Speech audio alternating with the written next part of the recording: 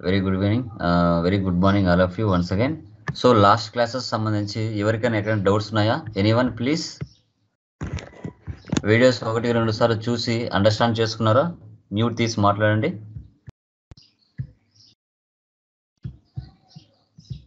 Hello. Yeah అవును sir చూసాను sir. No doubts? Doubts ఏం లేవు కదా? No sir. No sir. Yeah done అండి, done. Okay done. So last క్లాసెస్లో మనము ఎఫ్ఐ కన్సల్టెంట్ యొక్క roles and responsibilities, as usual clients అంటే ఎవరు, అదేవిధంగా ఎస్ఏపి మనం ఎందుకు నేర్చుకోవాలి, ఏ పర్పస్ నేర్చుకోవాలి, వాటికి సంబంధించిన శాలరీస్ ఏ విధంగా ఉంటాయి అనేది లాస్ట్ క్లాసెస్లో మనం క్లియర్గా డిస్కషన్ చేయడం జరిగింది. ఓకే, సో టుడే వచ్చేసి మనకి types of servers, types of projects ఏంటున్నాయో తెలుసుకున్నాం. ఓకే, సో ఈరోజు థియరీ, టుమారో థియరీ చెప్తే అడిగి మనకి థియరీ కంప్లీట్ అవుతుంది. ఫ్రమ్ టుమారో నుంచి మనము డే ఆఫ్టర్ టుమారో నుంచి కానీ మనము కాన్ఫిగరేషన్స్ స్టార్ట్ చేస్తాం. సో ఆ లోపు మీరు లైక్ సర్వర్ యాక్సెస్ని ఇన్స్టాలేషన్ చేసుకోండి లేట్ చేయకుండా.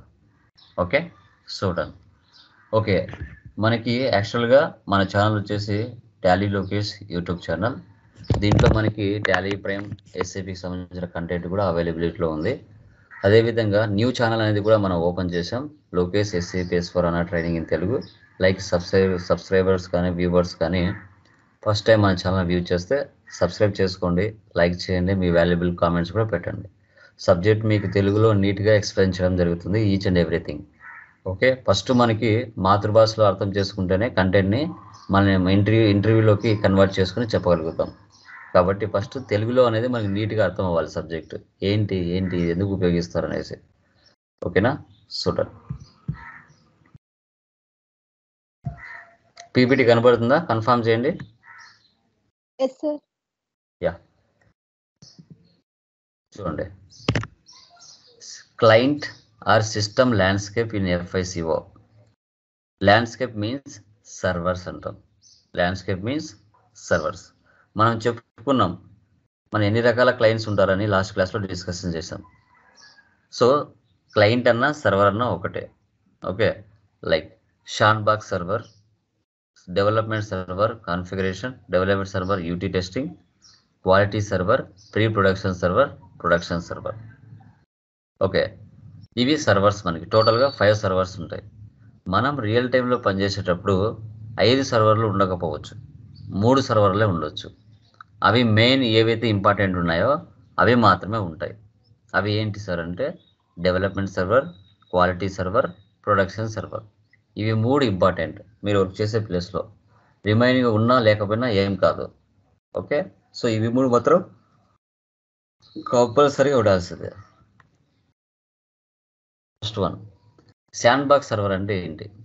It is the initial stages of any implementation project. It is a trial or error or practice server. It is a training for end users and FI consultants. మొదటిగా ఎవరైతే ఒక కంపెనీలోకి join అవుతారో so అప్పుడు మనము డైరెక్ట్గా real time project మీద కాకుండా, server మీద కాకుండా ఇలా శాండ్బాక్స్ సర్వర్లో మనం ప్రాక్టీస్ చేస్తాం, ట్రయల్ చేస్తాం. ఏవైనా ఎర్రర్స్ ఏమైనా ఉన్నా కూడా ఎలాంటి ఎఫెక్ట్ చూపించదు. ఎండ్ యూజర్స్ కానీ FI కన్సల్టెంట్స్ కానీ ఎవరికైనా ఫస్ట్ టైం ట్రైనింగ్ ఇవ్వాలి అంటే ఈ శాండ్బాక్స్ సర్వర్లోనే ఇస్తారు. ఎందుకంటే ఇది ప్రాక్టీస్ సర్వర్. ఇప్పుడు మీరు ఎలా ప్రాక్టీస్ చేస్తున్నారో సర్వర్లో అలా అది కూడా రియల్ టైం సర్వర్ కాకుండా అది ఎవరికైనా ఎండ్ యూజర్స్ కొత్తగా వచ్చిన జాయిన్ అయిన వాళ్ళకి కానీ కన్సల్టెంట్స్ కానీ ప్రాక్టీస్ చేయడానికి ఉపయోగించే సర్వర్ శాండ్బాక్స్ సర్వర్. ఇది ఒక ప్రాజెక్ట్ స్టార్ట్ చేసేటప్పుడు ఇనిషియల్గా ఉపయోగించే శాండ్బాక్స్ సర్వర్ అంటాం ఇది. Okay, done. తర్వాత డెవలప్మెంట్ సర్వర్. ఈ డెవలప్మెంట్ సర్వర్లో ఒక FI కన్సల్టెంట్ చేయాల్సిన కాన్ఫిగరేషన్స్. సో ఈ డెవలప్మెంట్ సర్వర్ని గోల్డెన్ సర్వర్ కూడా లేదంటే గోల్డెన్ క్లయింట్ అని కూడా పిలుస్తారు. ఈ డెవలప్మెంట్ సర్వర్లోనే మనము ఒక క్లయింట్కి సంబంధించిన బిజినెస్ ప్రాసెస్ మొత్తాన్ని అనాలిసిస్ చేసుకుని వాళ్ళకు కావాల్సిన కాన్ఫిగరేషన్లన్నీ చేసి పెడతాం. Development server implements to do real time configurations as for company requirements. అంటే ఆ కంపెనీ బిజినెస్ అనేది ట్రేడింగ్ సర్వీస్ సంబంధించిందా, సర్వీస్కి సంబంధించిందా, మ్యానుఫ్యాక్చరింగ్ సంబంధించిందా, ఆ బిజినెస్లో ఎలాంటి టైప్ ఆఫ్ ట్రాన్సాక్షన్ జరుగుతున్నాయి, దాన్ని బట్టి కాన్ఫిగరేషన్లు అన్నీ ఇక్కడ చేస్తారు. కాన్ఫిగరేషన్ అంటే ఏంటి సార్ అంటే, ఒక పర్చేస్ బిల్లు వేయాలన్నా, సేల్ బిల్లు వేయాలన్నా దాని వెనక ఉండవలసిన వర్క్, దాని వెనక చేయవలసిన వర్క్, దానినే కాన్ఫిగరేషన్ అంటాం. ఇప్పుడు మీరు హైదరాబాద్కి వెళ్ళాలి, దానికి ఒక రూట్ ఉంది కదా, వైజాగ్ నుంచి హైదరాబాద్కి వెళ్ళాలి. దానికంటూ ఒక రోడ్డు మార్గం ఉంది, రైలు మార్గం ఉంది, ఫ్లైట్ మార్గం ఉంది. ఆ మార్గాలనే కాన్ఫిగరేషన్ అంటాం. ఒక ప్లేస్ నుంచి మరొక ప్లేస్కి రీచ్ అవ్వడానికి మధ్యలో పట్టే సిచ్యువేషన్నే కాన్ఫిగరేషన్ అంటాం. ఇక్కడ కూడా ఒక పర్చేజ్ బిల్లు, సేల్ బిల్లు వేయాలంటే దాని వెనక చేయవలసిన ప్రాసెస్, ఆ ప్రాసెస్ చేయడానికే నీకు అంత శాలరీ ఇచ్చేది. ఓకే, ఇబ్బంది కొంచెం కస్టమర్గా ఉన్నా సో మీరు కాన్ఫిగరేషన్ అన్నీ చేసి రెడీగా పెట్టాలి. ఓకే, సో అది ఏమేమి చేస్తారు సార్ దానిలో అంటే, enterprise structure, global settings, chart of accounts, accounts payable, accounts receivable, GST, ఇంకా చాలా ఉంటాయి. ఇవన్నీ కాన్ఫిగరేషన్లు చేయాలి. ఏవి చేసినా చేయకపోయినా enterprise structure, global setting, chart of accounts, ఇవి 3 చేస్తేనే ఫర్దర్ ప్రాసెస్ స్టార్ట్ అవుతుంది. ఇవి 3 చేయకుండా ఒక్క స్టెప్ కూడా మనం ముందుకు పోలేం. Enterprise structure, global setting, chart of accounts, ఇవి 3 చాలా చాలా చాలా ఇంపార్టెంట్. వీటి ముందునే సగం ఆధారపడి ఉంటుంది సర్వ కాన్ఫిగరేషన్ అన్నీ కూడా. దీంట్లో మనం కాన్ఫిగరేషన్ అన్నీ స్టార్ట్ చేస్తాం. దీంట్లోనే యూటీ టెస్టింగ్ చేస్తాం. మళ్ళీ development server is a UT testing. FICO testing అంటే ఎఫ్ఐ కన్సల్టెంట్ నువ్వు చేసిన కాన్ఫిగరేషన్లు అన్నీ మళ్ళీ దీంట్లో టెస్టింగ్ చేస్తాడు. అంటే టెస్టింగ్ అంటే ఏంటి, నువ్వు చేసిన కాన్ఫిగరేషన్లు కరెక్ట్గా వర్క్ అవుతున్నాయా లేదా, టీ కోడ్స్ అన్నీ కరెక్ట్గా ఉన్నాయా లేదా, ఇవన్నీ all configurations are okay. Then they transport it to the quality server for the testing. ఈ డెవలప్మెంట్ సర్వర్ నుంచి టీఆర్ అంటారు. టీఆర్ అంటే ట్రాన్స్పోర్ట్ రిక్వెస్ట్ అంటాం. అది ఒక 10 డిజిట్స్తో ఉంటుంది. సో దాన్ని ఏం చేస్తామంటే క్వాలిటీ సర్వర్కి మూవ్ చేస్తాం. క్వాలిటీ సర్వర్లో మూవ్ చేసిన తర్వాత అక్కడ మళ్ళీ టెస్టింగ్లు చేస్తారు. అంటే ఒక కాన్ఫిగరేషన్ కరెక్ట్గా పని చేస్తుందా లేదా, ఒక ప్రాజెక్టు ఒక కంపెనీకి వచ్చిన తర్వాత ఎలాంటి రిఫ్లెక్ట్ లేకుండా, ఎలాంటి ఎర్రర్స్ లేకుండా నీట్గా మనము రియల్ లైవ్లోకి తీసుకుని పోవాలి. ఏమైనా ప్రాబ్లమ్స్ ఉన్నాయంటే క్లయింట్స్ను మనం మిస్ అవుతాం, అనవసరంగా ప్రాజెక్ట్ పోతుంది. కాబట్టి చాలా జాగ్రత్తగా మనము ఎలాంటి ఎర్రర్స్ లేకుండా నీట్గా మనం చేసి లైవ్లోకి పంపించాలి ప్రాజెక్ట్ని.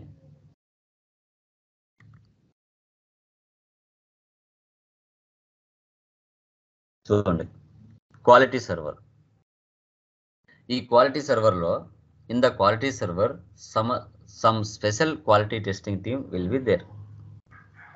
Configurations and codes are promoted here for testing and verification. నువ్వు డెవలప్మెంట్ సర్వర్లో చేసిన కాన్ఫిగరేషన్స్ అన్నీ కూడా, టీ కోడ్స్ అన్నీ కూడా 1-2 సార్లు చెక్ చేయబడతాయి ఇక్కడ ఒక టీం ద్వారా, క్వాలిటీ టెస్టింగ్ టీం ద్వారా. వాళ్ళు అన్ని రకాలుగా చూస్తారు. ఎలాంటి ఇంటిగ్రేషన్ పాయింట్ ఆఫ్ వ్యూలో, functional testing, regression testing, performance testing, security testing, portal testing.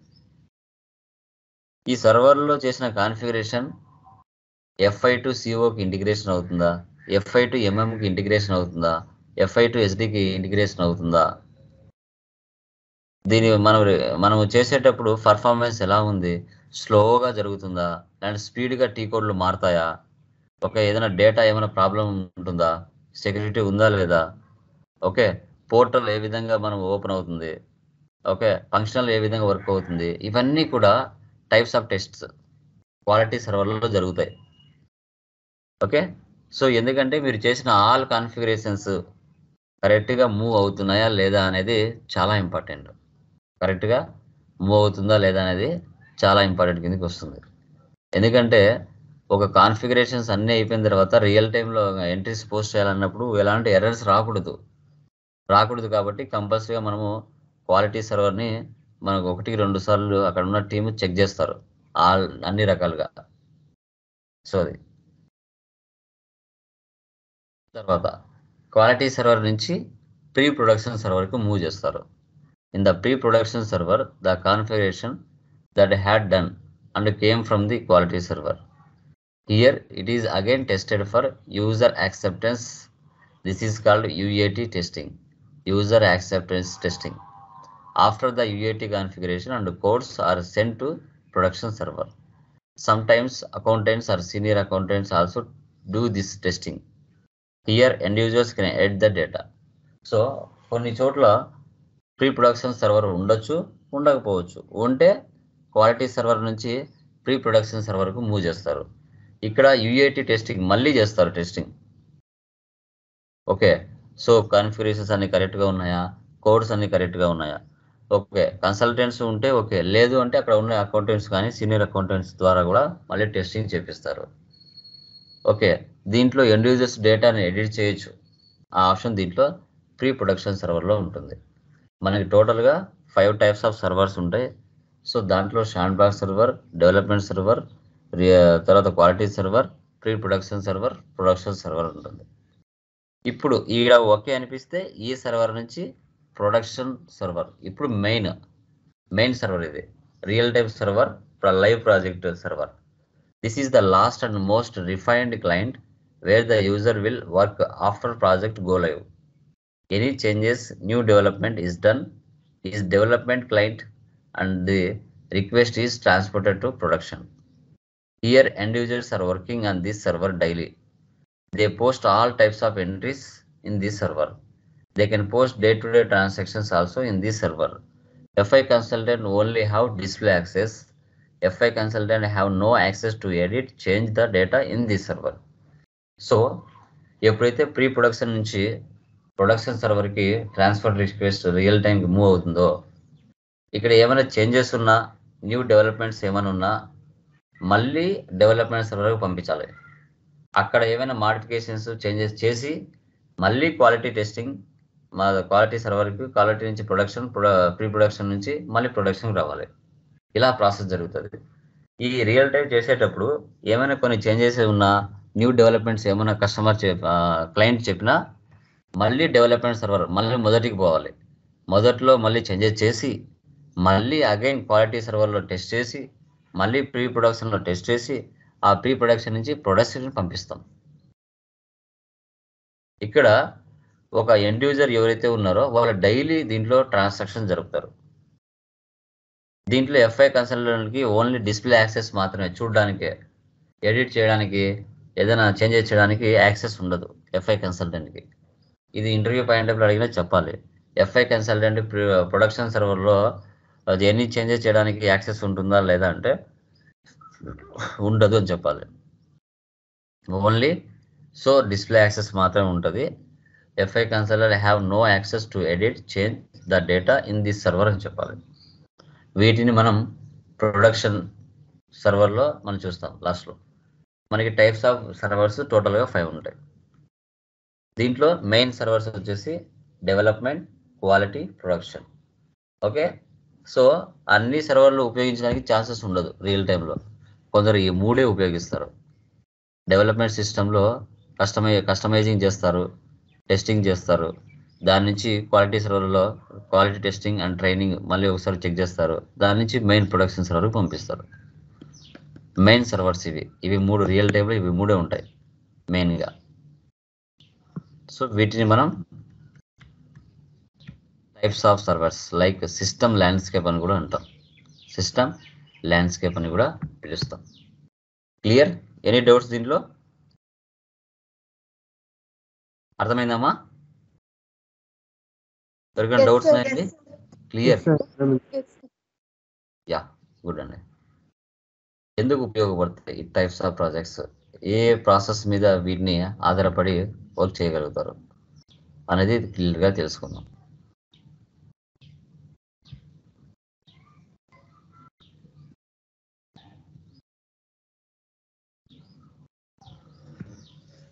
చూడండి, types of projects in SAP టోటల్గా 6 ఉంటాయి. Implementation project, support project, rollout project, upgrade project, conversion project, mergers and acquisition projects. So ఏ project ఏ purpose మీద ఎందుకు ఉపయోగపడుతుందో discuss చేద్దాం. First one చూడండి, SAP implementation project. It is a pure development of the project where we map and design client business requirements in the SAP system for the first time by using ASAP methodology. మార్కెట్లో ఎవరైతే కొత్తగా SAP సాఫ్ట్వేర్ని ఉపయోగించాలి అన్న clients ఎవరైతే ఉంటారో వాళ్ళు చేసే first process implementation project. We are going to convert the data from non-SAP system to SAP. So we have different types of accounting packages are there like Tally, QuickBooks, Oracle, PeopleSoft. Company will follow ASAP methodology to process this. ఇప్పుడు Vizag steel company అయినా ఇంకా different companies అయినా వాళ్ళు previous QuickBooks, టాలీనో, ఒరాకిలో, పీపుల్సాఫ్టో ఏదో ఒకటి ఉపయోగించుకుంటూ ఉన్నారు. దానికి ఆ సాఫ్ట్వేర్ కెపాసిటీ సరిపోవట్లేదు. వాళ్ళు ఏం చేస్తారంటే ఇమీడియట్గా ఎస్ఏపీలోకి డేటాని కన్వర్ట్ చేయాలని అనుకుంటారు. ఆ ఎస్ఏపీ కన్వర్ట్ చేయాలంటే వాళ్ళకి ఎస్ఏపీ కంపెనీ తెలియదు. మధ్యలో మీడియేటర్గా ఉండి ఎవరు పనిచేస్తారంటే ఐటీ కంపెనీస్. వాళ్ళ పనే అది. సో వాళ్ళు ఐటీ కంపెనీస్ కాంటాక్ట్ అవుతారు క్లయింట్స్. సో వాళ్ళు ఇంత బడ్జెట్ అవుతుంది, ఇన్ని లోపల మీ ప్రాజెక్ట్ని కంప్లీట్ చేస్తాము, ఇంత అమౌంట్ అవుతుంది అని మాట్లాడేసుకొని ఓకే అయిన తర్వాతనే IT companies SAP company purchase చేసి సాఫ్ట్వేర్ని క్లయింట్ బిజినెస్లో ఇన్స్టలేషన్ చేస్తారు. సో మ్యాక్సిమం ఒక ప్రాజెక్ట్ నేచర్ ఆఫ్ బిజినెస్ సైజుని బట్టి 1 year నుంచి 1.6 months వరకు టైం పడుతుంది. అంటే 16 months లేదా 18 months అలా. చిన్న బిజినెస్ అయితే 10 months, 8 months కూడా కంప్లీట్ అవుతుంది. So employees minimum 50 to 100 members work చేయడానికి ఛాన్సెస్ ఉంటుంది ఆ కంపెనీ యొక్క బిజినెస్ ప్రాసెస్ సైజుని బట్టి. అదే. సో ఇక్కడ ECC 6.0లో ASAP మెథడాలజీ ప్రాసెస్ని ఉపయోగిస్తారు. ASAP మెథడాలజీ ప్రాసెస్ అంటే ఏంటంటే ఒక ప్రాసెస్ ఉంటుంది, ఒక 5 steps ఉంటాయి. ఆ 5 steps ఏంటనేది టుమారో డిస్కషన్ చేస్తాం. అంటే ఒక ప్లేస్ నుంచి మరొక ప్లేస్లోకి వెళ్ళడానికి మధ్యలో బస్ స్టాప్స్ ఉంటాయి. మెయిన్ ప్లేసెస్లో మాత్రమే బస్సు ఆగుతుంది, లేదంటే మెయిన్ ప్లేసెస్ మాత్రమే మనకి ట్రైన్ ఆగుతుంది. 100 ప్లేస్లు ఉంటే 100 ప్లేస్లో ట్రైన్ ఆగదు మధ్యలో. వైజాగ్ నుంచి హైదరాబాద్ వెళ్ళడానికి మెయిన్ ఇంపార్టెంట్ ప్లేస్లు ఏవైతే ఉన్నాయో వాటిలోనూ ఆగి తర్వాత మనం వెళ్తుంది. అట్లా ASAP మెథడాలజీ ఒక 5 steps ఉంటాయి. ఆ ప్రాసెస్లోనే అది రోడ్ మ్యాప్ అంటారు. ఆ రోడ్ మ్యాప్లోనే అది ఫాలో అవుతుంది. అన్ని చోట్ల ప్రతి బస్ స్టాప్లో ఆపదు బస్సెస్ అయితే అలా. ఓకే, దీన్ని మనం ఇంప్లిమెంటేషన్ ప్రాజెక్ట్ అంటాం. ఎవరైతే ఫస్ట్ టైం క్లయింట్స్ non-SAP నుంచి SAPలో వాళ్ళ డేటాని మ్యాప్ చేయాలనుకుంటున్నారో వాళ్ళు ఉపయోగించే ఫస్ట్ ఇంప్లిమెంటేషన్ ప్రాజెక్ట్ అంటాం రియల్ టైంలో. తర్వాత SAP support project. After successful implementation of SAP for the client. Next is to provide the support to and maintenance to the client for day-to-day business transactions. The important roles and responsibility in the support project are issues and errors resolutions, ticket-based support, provide assistance to the users during the month and year-end activities. Okay, ఈ support project ఏం చేస్తుందంటే ఇప్పుడు మీరు FI consultants అయినా కూడా real టైంలో మిమ్మల్ని డైరెక్ట్గా ప్రాజెక్ట్లో వేస్తారని గ్యారంటీ ఉండదు. మిమ్మల్ని సపోర్టింగ్ కూర్చోబెడతారు. సపోర్టింగ్ అంటే ఎవరికైతే మీరు ప్రీవియస్ ఆల్రెడీ ఇతర వేరే క్లయింట్స్కు సపోర్టింగ్గా పెడతారు. అంటే వాళ్ళకి ఏమైనా ఎర్రర్స్ వచ్చినా, ఇష్యూస్ వచ్చినా, బగ్స్ వచ్చినా మిమ్మల్ని సపోర్ట్ చేయమని. మన సీనియర్ కన్సల్టెంట్స్ ఎవరైతే ఉంటారో వాళ్ళు మొత్తం కాన్ఫిగరేషన్లు చేస్తారు. మీరు ఏదైనా ఇష్యూస్ వచ్చినా, ఎర్రర్స్ వచ్చినా ఆ టికెట్స్ని రైట్ చేయడానికి, ఓకే, ఆ టికెట్స్ని రైట్ చేయడానికి మిమ్మల్ని సపోర్టింగ్గా పెడతారు. అంటే P1 ticket, P2 ticket, P3 ticket, P4 ticket ఇలా టికెట్స్ ఉంటాయి. వాటిని ఆ క్లయింట్స్ మీకు పంపించినప్పుడు వాళ్ళకి ఇమీడియట్గా రియాక్ట్ అవ్వడం, వాళ్ళకి ఏమైనా ఇష్యూస్ ఎర్రర్స్ వస్తే ఫోన్ చేసి అడగడం, సాల్వ్ అయింది లేదా కలుపుకోవడం, అలా సపోర్టింగ్ ప్రాజెక్ట్లో మీరు కూర్చోబెడతారు. ఒక క్లయింట్ బిజినెస్లో జరిగే day to day business transactions ఏవైతే ఉంటాయో, వాళ్ళకి ఏవైనా రియల్ టైం ఎర్రర్స్ వస్తూ ఉంటాయో వాళ్ళకి సపోర్టింగ్ చేస్తూ, సో అది హై ప్రయారిటీ టికెటా లో ప్రయారిటీ టికెటా అని తెలుసుకొని మీరు వాళ్ళకి ప్రాజెక్ట్ని సపోర్టింగ్ చేస్తూ ఉండాలి. దీన్నే మనం ఎస్ఏపి సపోర్ట్ ప్రాజెక్ట్ అని మనం చెప్పుకుంటాం. టికెటింగ్ టూల్స్ అంటాం వీటిని, P1, P2, P3, P4. So high priority tickets P1, P2, low priority tickets మనకి P3, P4.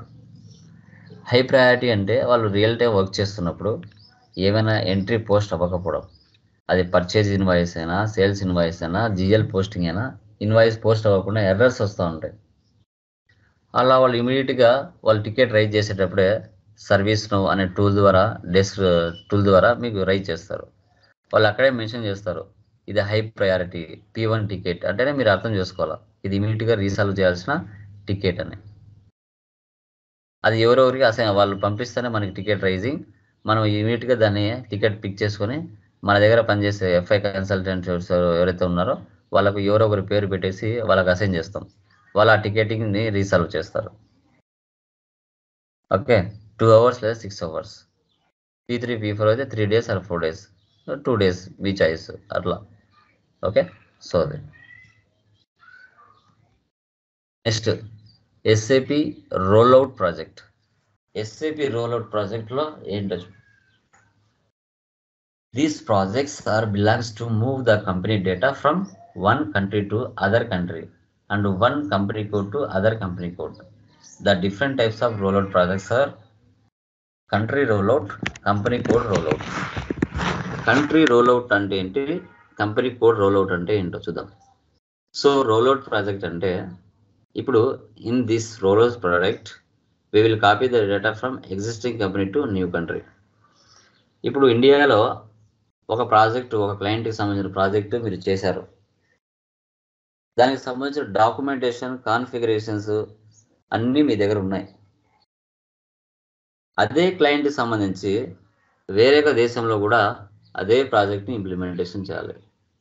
ఆల్రెడీ ఇండియాలో చేశారు, మళ్ళీ కొత్తగా చేసేది ఏమి ఉండదు.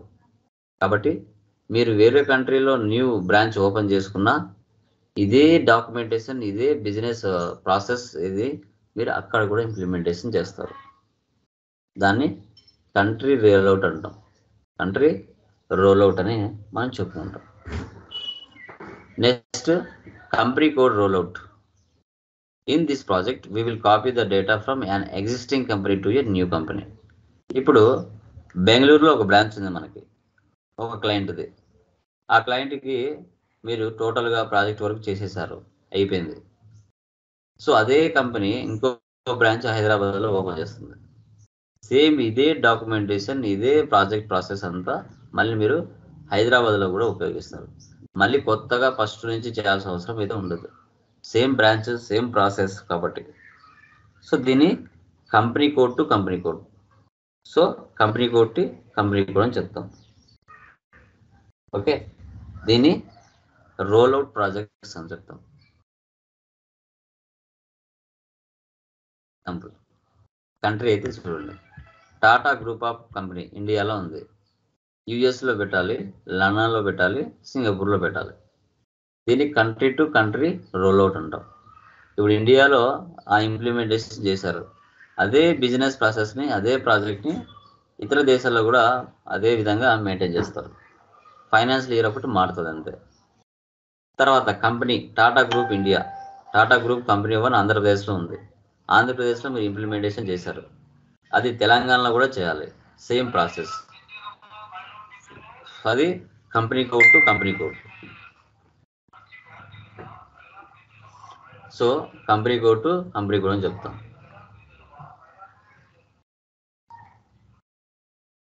Next SAP upgradation migration project. Upgradation means it involves upgrading from the old version to the new version of the SAP system. The duration of upgrade project can be example చూడండి. ECC 5.0 to ECC 6.0. ECC 6.0 to SAP Fury. అంటే ఒక version update చేయడం. Version update చేయడం అంటే ఏంటంటే ముందు మనకు Tally ERP 9 ఉంది. టాలీ ERP 9 నుంచి టాలీ ప్రైమ్గా మార్చడం, అప్గ్రేడ్ అవ్వడం వర్షన్. ఓకే, సో దాన్ని మనం అప్గ్రేడేషన్ అంటాం. సో SAPలో అయితే SAP ECC 6.0 నుంచి S4 HANAకు మారడం, ఇది వర్షన్ అప్గ్రేడేషన్ అంటాం. మైగ్రేషన్ అంటే ఏంటంటే it involves migrating from the old version to new version of the SAP system. అంటే ఇప్పుడు మీరు SAP ECC 6.0లో ఉన్న డేటాని SAP S4 HANAలకి మైగ్రేట్ చేయడం, అంటే ఆ డేటాని మార్చడం, ఎలాంటి డేటా ఇష్యూస్ కాకుండా, డేటా ఎర్రర్స్ కాకుండా, డేటా బగ్స్ కాకుండా యాజ్ ఇట్ ఈస్గా ECCలో చేసే డేటాని ఎలాంటి ప్రాబ్లమ్స్ లేకుండా SAP S4 HANAలకి కన్వర్ట్ చేయడం, దాన్ని మైగ్రేషన్ అంటాం. దాన్ని మైగ్రేషన్. దీనికి time of support 3 to 9 months, employees 10 to 50 members work చేయడానికి ఛాన్సెస్ ఉంటుంది. దీన్ని అప్గ్రేడేషన్ అండ్ మైగ్రేషన్ ప్రాజెక్ట్ అని చెప్తాం. అప్గ్రేడేషన్ అండ్ మైగ్రేషన్ ప్రాజెక్ట్ అని మనం చెప్పుకుంటాం. Next SAP conversion project. Here we can convert the data ERP to ERP. Like Oracle అనేది ఒక ERPనే, MS డైనమిక్ ఒరాకిల్. అయినా కూడా వీటిలలో కూడా మీరు పని చేస్తున్నప్పుడు ఆ డేటా నుంచి మనం SAPలోకి మ్యాప్ చేయాలన్నా చేయొచ్చు, లేదు టాలీ ERP 9 నుంచి SAPలోకి మార్చాలన్నా కన్వర్షన్ చేయొచ్చు. దీన్ని కన్వర్షన్ ప్రాజెక్ట్ అంటాం. Next merge and acquisition project. One company to another company. ఇప్పుడు మార్కెట్లో చాలా కంపెనీస్ ఉంటాయి. ఫేస్బుక్, యూట్యూబ్, ఇన్స్టాగ్రామ్, ట్విట్టర్ ఇవన్నీ ఉన్నాయి. ఇప్పుడు ట్విట్టర్ని ఐ థింక్ ఎలన్ మాస్క్ ఏమో తీసుకున్నాడు. అంటే ఎలన్ మాస్క్ ఏంటి, వరల్డ్ వైడ్ మొత్తానికి ఇంటర్నెట్ సప్లై చేస్తూ ఉంటాడు. అతను టేక్ ఓవర్ చేశాడు ట్విట్టర్ని. ముందు ట్విట్టర్ సింబల్ వేరునింది, ఇప్పుడు ట్విట్టర్ సింబల్ ఎక్స్ వచ్చింది, ఇంటూలాగా. ముందు ఏదో పావురం గుర్తులాగా ఉంది. అంటే ఎవరైతే ఒక కంపెనీని మెయింటైన్ చేయలేక మేము చేయలేము అన్న వాళ్ళు ఎవరైతే ఉంటారో వాళ్ళు వేరే కంపెనీలోకి మెర్జ్ చేస్తారు. ఓకే, అలా one company to another company take over చేసుకుంటారు. One company code to another company code take over. ఇప్పుడు ఫర్ ఎగ్జాంపుల్ మీకు ఒక 5 కంపెనీ కోడ్స్ ఉన్నాయి. ఇప్పుడు టాటా ఉంది, టాటా గ్రూప్ ఆఫ్ కంపెనీ, దాని కింద ఒక 10 కంపెనీలు ఉంటాయి, కంపెనీ కోడ్స్ ఉంటాయి. Tata telecom, Tata Motors, Tata steel, Tata hospital, Tata roads, ఇలా చాలా ఉంటాయి. ఇప్పుడు మీకు ఆంధ్రప్రదేశ్లో 2 కంపెనీ కోడ్స్ ఉన్నాయి, ఒకటి వైజాగ్లో ఉంది, ఒకటి తిరుపతిలో ఉంది. వైజాగ్లో ఉన్న కంపెనీ కోడ్ బాగా జరుగుతుంది అన్ని రకాలుగా. తిరుపతిలో ఉన్న కంపెనీ కోడ్ సరిగా ప్రాఫిట్ తీసుకొని రావట్లేదు. సో అప్పుడు మీరు ఏం చేస్తారు, ఆ కంపెనీని మ్యాక్సిమం తీసేయాలి, ప్రాఫిట్స్ రాదు కాబట్టి. లేదంటే మంచిగా నడిపేవాడు రావాలి, మార్కెటింగ్ స్కిల్స్తో పబ్లిసిటీ చేస్తూ, దాంట్లో ఉన్న ఫీచర్స్ ఎక్స్ప్లెయిన్ చేస్తూ, డిసడ్వాంటేజెస్ లేకుండా మంచి సర్వీసెస్ ఇస్తూ మెయింటైన్ చేసే వాళ్ళు కావాలి.